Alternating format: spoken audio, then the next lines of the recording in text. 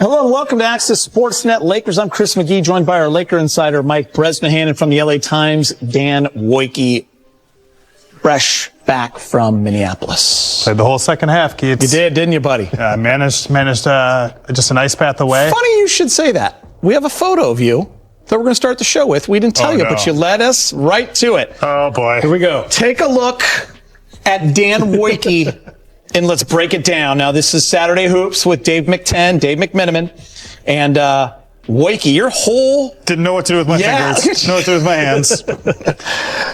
You got a good sweat going. Yeah. So I haven't played pickup basketball in years. Yeah, it's not easy to just get out there and do that. Played in running shoes. Okay, weird. Disaster. But yeah. Disaster. Played pretty well. Okay. Hit a game winner. By the way, you're healthy. Had to guard the tall guy on the right. Did you really... He was tall. Did you really hit a game winner? I did. Fade away, what? Crossover, step back like off to the pin rack? down, like 2 or 3. Anything off the dribble was a disaster. Yeah. I couldn't. So it's more of a little float to the 3-point line. It was like come off the screen, catch, look, square up, had good screen. The hand Someone must have set a real screen out there. Hand didn't get up. It didn't really matter. It was kind of like Steph. Was there a lot of hacking, a lot of fouling? Were there refs? The last minute report came back clean. Okay. Oh, good. Yeah. Okay. Not a lot of like. Where? I would say minimal fouling. We played at the YMCA in downtown Minneapolis. Yeah. Okay. It was a great scene. That's where the real ballers play. It was a great scene. Real quick. If there was a beat writer's draft, who's going 1? Is it Jovan because of the size? No, he tore his Achilles playing basketball. But I'm just saying if he's healthy. No way. Okay, Dave McTen? Bad body. You? Dave plays the most. Okay. But yeah. Are you in the top 3 pick? I would go first. Yeah. I'm going to go Kevin Ding. I'm going to go outside the box. Wow. Quick, wiry point guard. Certainly most competitive. So we started with that awesome picture, but now we're going to go to this. The real. What every Laker fan knows, that the team is now facing a 3-1 deficit in the Western Conference playoffs as we take a look at the bracket elimination after the Game 4 loss in Minnesota. Now, every time they step on the floor, they lost both those games in the Twin Cities. But the Lakers know that it does take 4 games to win the series. Well, I seen Bron do it already.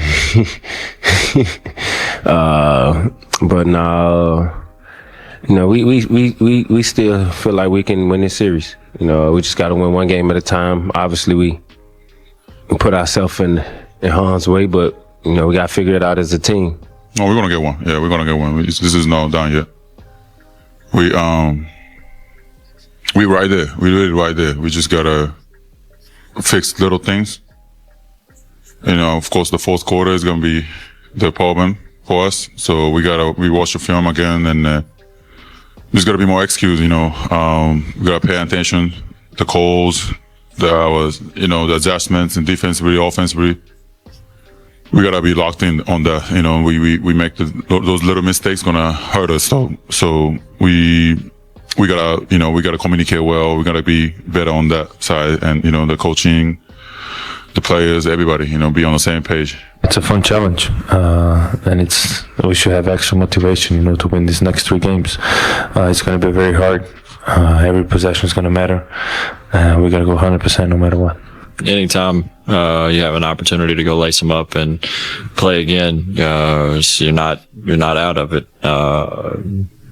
A lot of these, games besides, game 1, 3 and 4 could have easily went our way if we made a couple more plays down the stretch. But we didn't. Dug ourselves in a hole, and, the sun will come up tomorrow and we still got another, day to fight. Obviously, you don't think about winning 3. You think about just getting the next one. And that's the only thing that matters, because if not, obviously the off season began. So, it's all about, Wednesday, I believe. So that's what's important. Before we look ahead, let's look back to the loss in Game 4. Brez, we were watching it together. Dan, you were there watching it live. I'm still kind of shocked. I think I talked to you out in the newsroom about this, when I looked at this 2-game set in Minnesota, I walked away thinking they could have won both. Absolutely had to have 1. But here we are, down 3-1. Tell you what, when you're tied with 4.5 left, like they were in Game 3, and then up 7 with about 4 minutes left in Game 4, you have to get one of those 2 games. You just do. You have to say to yourself, I don't care about fatigue or angry, hostile road crowds. Dan, you could probably weigh in on how hostile they were, if at all. Minnesota not known for being a crazy crowd, but still, I'm sure they got up for That was a good play. a rare playoff series out there. And bottom line, the Lakers just couldn't close. They had to close these last 4 minutes in each of those games, and then they would salvage a split. And in at least one of them, and the fact that they're coming back down 3-1, yeah, it hurts for sure. And like LeBron said, you just got to take it one game at a time. I hate that cliche. Why did I say it? But you can't look past game 5. How about that? That's better. Take that 40 minutes. I think what's the best way to eat an elephant? One bite at a time. One bite at a time. Is that a better cliche? Yeah, I mean, yeah. Here's the deal, Dan. When you're on the losing side of it and you're a Laker fan, you're obviously going to look at every single play that didn't go your way. But if you're a Minnesota fan, you're probably happy because you're getting production not only from your stars, but your role players. Guys are making what we call winning plays at those crucial moments. Yeah, I mean, I think Minnesota's energy, to me, has been one of the biggest advantages they've had in this series. Getting extra possessions. I mean, they've killed the Lakers on the offensive glass. They've beaten them in transition.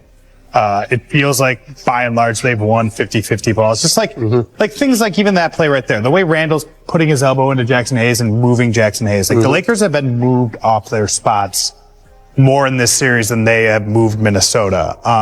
Some of that's probably predictable, considering the way the Lakers have had to play. The Lakers have played very small for most of this series. Minnesota can play small, but it's still like a physical, tough team.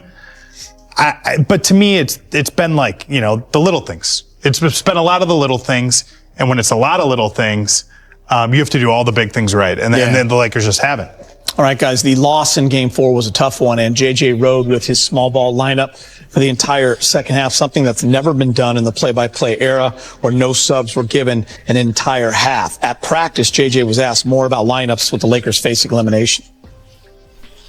And will you go with the same group that you used in the second half of Game 4 to start Game 5? TBD. When you got to look at the tape and look at the fourth quarter, was there any sign of fatigue affecting your guys' performance? No, and you know what? Looking back now, I don't know, what have we scored? 19, 20, 13 in the fourth quarter.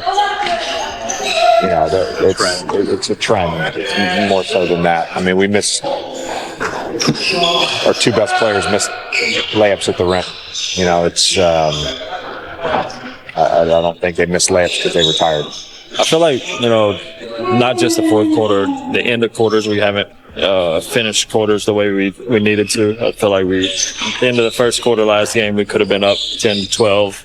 I think they hit a couple shots, cut it to 5 or 6, and then second quarter they took the lead. So there's many things in the game that we could do better to help ourselves, give ourselves a better opportunity to win. And then the fourth quarter, it comes down to just executing. Like I've said many times, you win and lose on the margins, and in the fourth quarter, we just haven't done a good enough job to get those wins we needed. So listen, hindsight is always 20/20, but that's part of being in the NBA. And when you're a coach, your decisions are always going to get critiqued, especially after a loss. When you win, everyone's moved on, and there's no apologies, and you're a hero, right? That's part of the job. Dan, we mentioned on our show with the no subs in the second half, because they lost that game, okay, now they're going to have to answer that question, and they're going to have to talk about it because it becomes a narrative, becomes a topic all across the country and in the basketball What I wrote world. about after the game. Yeah, exactly. It was the story. So what were your feelings there when you're watching it, and what are they now that you guys have had a couple of days and you're back home and you've talked to JJ about it? I think watching it live, you noticed it kind of late in the third quarter that, oh wow, like this group has been out there. They started the whole talking time. about it on the broadcast too. Yeah, that's when LeBron normally subs out. That's when Austin Reeves usually gets a minute or two here. I wasn't that surprised to see kind of Luka go, knowing that he had rested a lot and stuff like that in the time being. And by the way, great third quarter by the Lakers. Yeah, and they were rolling, and I think I was surprised in my notes when they came back out to start the fourth. But then, even that still up 10, you play the first 8 minutes or so of the fourth quarter at -3 against a very good basketball team. You still feel like you're in decent position. It just pretty quickly became clear that, to me at least, that they just weren't as sharp. Yeah. Now, at that point, is it too late to sub in a player? It might be. I think so at that point. I think it probably is. Yeah. And that's part where of the other guys, too, have been sitting out the whole time. Yeah, exactly. That's where you get kind of back in the corner. I think hearing JJ today, can I put on my JJ Redick sympathy hat for a minute? Yeah. JJ's been brilliant, and he's allowed to be wrong every once in a while, sure. Or have his opinions too. I think what he's saying today too, when he's mentioning the other fourth quarters, is like they have been tired, seemingly, in the fourth quarter of all series. Yeah. If they play 18 minutes, if they play 24 minutes, or whatever, like they have not executed to the level that they need to execute late in games. Yeah. And I think if one of the takeaways of this series, and as we look at the fourth quarter numbers right there. Yeah, it's been when they've lost the games in this series. You know, game one was at that point was a little more lopsided, but really it's been the fourth, and they almost lost game two because of it as well. And they scored 13 points in the game they did win. Yeah, so to me, it'll be one of the things when we look back and say, is this a coaching thing by playing your small lineup so much? Is it a construction thing because you feel like you have to play your small lineup so much? I guess, Brez, the answer is yes. It's probably both. They've had to play small, and when you play small, it's more tiring. And they've looked like a tired team. And they're also playing a team that's young, that's physical, that's super athletic, and that can exploit teams that look tired. And that team has a very good bench. And they've been, by the way, second best fourth quarter team during the regular season. Minnesota Timberwolves. Fatigue definitely can be a part of this equation, and I think it is. But Brez, we showed you those numbers, and I think what stands out so much was how much more the ball was moving and popping in the third quarter. And here's what's happening in the fourth quarter. It just seems like things are getting stagnant. It's a lot more standing around. It's a lot more Luka with the ball until not a lot of time in the shot clock, and then you're rushed for a shot. LeBron not involved, only two shots. 2 shots. Yeah. LeBron to go. So I don't know if fatigue's the reason, but it's part of the equation maybe. But it's been in all 4 games, just like Dan said. Yeah, there's a couple ways to evaluate. First of all, you have to listen to what the players say after the game. And I believe 4 of the starters spoke, or 4 of the guys involved in that full 24-minute situation in the second half. And to a man, they all said, no, I wasn't tired. No, I wasn't fatigued. So you have to listen to what is being said. And then the other part is you have to look at the analysis of it. What does the box score say? Luka made 1 shot in the fourth quarter. LeBron didn't make a shot in the fourth quarter. So maybe the players are trying to put up a brave front and say, no, I wasn't tired. Coach could play me all 48. Why stop at 46? If you're LeBron or Luka. If JJ took a risk, it's one of the bigger risks in NBA playoff history. It has not been done ever since play-by-play was first installed in the 97-98 season. If it pays off, everyone's saying, why didn't JJ get more consideration for Coach of the Year?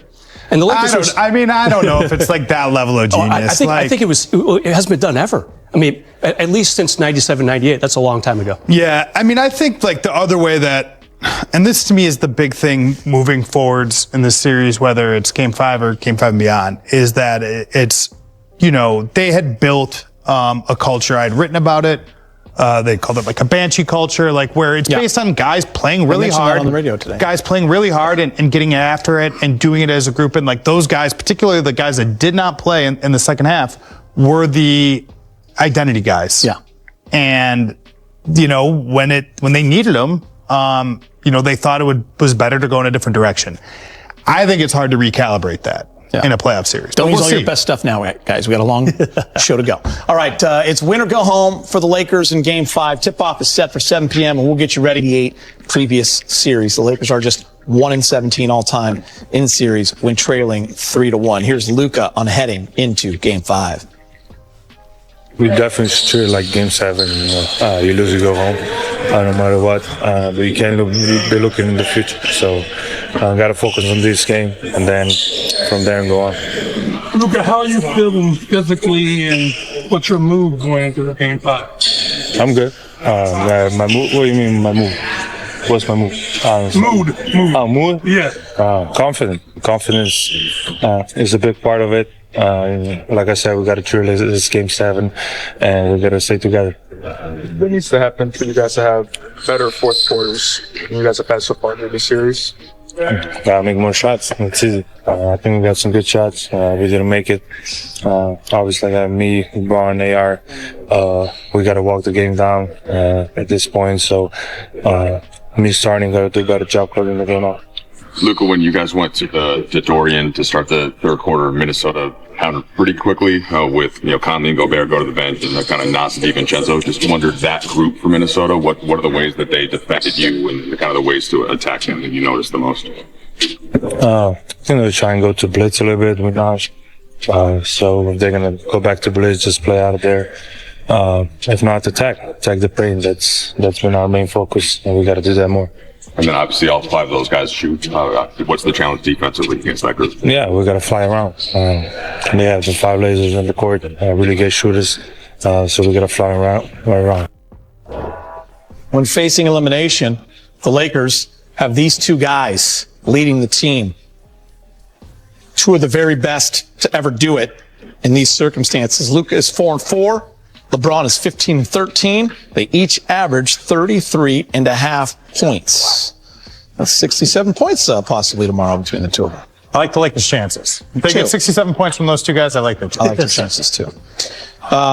They always give you a chance, and especially in a closeout game, guys. As you see right there, they have history on their side, and they're not going to be scared of the moment. Yeah, I mean, these guys, they're not like JV players. I mean, these are 2 big players. Look, Vegas has the Lakers winning by 5.5, and Vegas is never wrong there. Except game 1. Except game 1. Yeah. I think I will be going to Minnesota on Thursday. That's exactly what I think. Now, the good thing is the Lakers, all the guys who played the second half, there's 3 days between games. Actually, more than that, Dan, because there was such an early tip on Sunday. So there's going to be a pretty good rest for these guys. I think they come out strong. You don't want to lose in 5. I mean, after so much momentum after the Luka trade on February 1st, it would be a letdown for the Lakers to have their season end in 5 in the first round. I think they win this game, Dan. Yeah, I mean, I think losing 5, losing 6, losing 7, it doesn't matter for this group because of what they believe and what they've thought they could accomplish based on what they were able to do in Denver, in Oklahoma City, against Houston, as they kind of stared down some of the best teams in the league. I do expect them to play incredibly hard. I think if I had a concern, one of the things that I would point to is that I think they like weirdly played hard in game 1 too, but it was unfocused and it was to use another cliche, like kind of like chicken with their heads cut off a little bit, like just sort of running around and not like moving in intentional directions and sticking to the game plan. I think if they play hard and they play focused, I think they're in a good spot. Yeah. I think sometimes of the moment and wanting to do the right thing and really, really wanting to do the right thing sometimes makes you do the wrong thing. Okay, but both haven't been great in the 4th quarter. Now they have in these other games that we just showed you the numbers. Does that concern you? It does. I mean, where's the Laker 30-point 4th quarter? I mean, if they can unveil that in Game 5, I think for sure they win. How about 25 points? We have 25. That's a good start. I mean, that's 3-1. That's the case. Yeah. I mean, this Laker team averaged, 115 points in the regular season? I mean, after acquiring Luka, this team was pounding out these high-point efforts, and it just hasn't happened really in the first 3 games. Finally, they got decent scoring in that 4th game, but still no 4th quarter scoring a few days ago. Got to improve that. Credit to Minnesota's defense. Yes. 100%. That's been a big part of it. I think the knock on the Lakers offense so far that I've seen is that like the pressure has made them look a little bit like strangers out there. Like they're not playing off of each other in the types of ways you'd want to see. The 3rd quarter being kind of the outlier. Yeah, I think I underestimated the Minnesota defense. And the bizarre thing, it's not like Rudy Gobert is like, pummeling these guys on offense and grabbing 15 rebounds on defense and blocking 4 shots. It's the perimeter guys, 100%. Like you said, it's the wings. Julius Randle has been so good too in this series. He's been good defensively. Talk about him. Yeah, he's played great. Yeah. All right, still to come. Every possession is under a microscope in the playoffs, and there were some game-changing ones over the weekend. Ahead, JJ on a crucial missed call late. What's your favorite team? Comment below, and if you liked the video, please leave a like. This really helps the channel grow and brings you even more content. Oh, and if you're not subscribed yet, what are you waiting for? Click the subscribe button and activate the bell to receive all notifications. With each game, we noticed that the NBA is getting more competitive every day, and all the teams are looking for reinforcements to win the championship. And only here can you follow your favorite team daily with incredible content from different sources. Here on the channel, there are new videos every day with analysis, curiosities, and the best moments in basketball. That's it for today, folks.